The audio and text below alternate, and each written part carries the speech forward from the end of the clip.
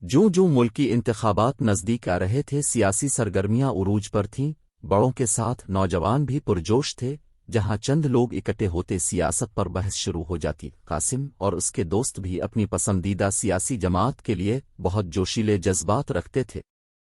ایک بار اسکول میں وقفے کے دوران ان کے گروپ کی دوسرے گروپ سے سیاسی بحث چھڑ گئی۔ ان کی پارٹی کو دوسرے گروپ والوں نے بارہ بھلا کہا، انہوں نے بھی مقابل گروہ کو بارہ بھلا کہا۔ بات ہاتھا پائی تک پہنچ گئی۔ مکوں اور گھونسوں کے دوران ایک بچہ شدید زخمی ہو گیا۔ اس کو فوراً ہسپتال لے جایا گیا۔ قاسم اور اس کے دوستوں کو پرنسپل سے خوب ڈانٹ پڑی۔ ان کے والدین کو بلایا گیا۔ بیچارے والدین الگ پریشان ہوئے۔ حمزہ جو زخمی ہوا تھا جلد صحت یاب ہو کر گھر آ گیا۔ یوں معاملہ رف دف ہوا۔ حمزہ قاسم کے محلے میں ہی رہتا تھا۔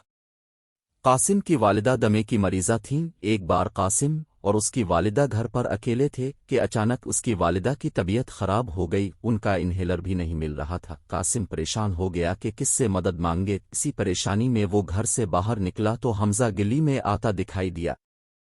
حمزہ نے قاسم کے چہرے پر پریشانی دیکھی تو خود آگے بڑھ کر پوچھا، قاسم کیا معاملہ ہے؟ تم اتنے پریشان کیوں ہو؟ قاسم نے ساری بات کہہ سنائی۔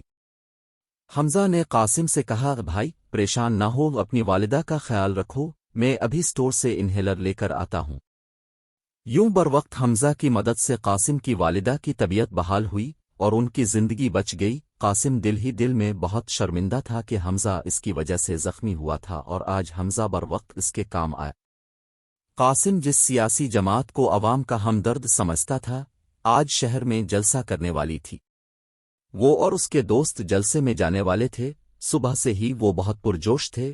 انہوں نے خوب تیاریاں کی، بینرز بنائے اور جھنڈے الفاٹے۔ جب وہاں پہنچے تو جلسہ گاہ کے گیٹ بند ہو چکے تھے۔ انہیں کسی نے جلسے میں گھسنے ہی نہیں دیا۔ وہ جتنے ولولے کے ساتھ گئے تھے اتنی ہی مایوسی سے لوٹ آئے۔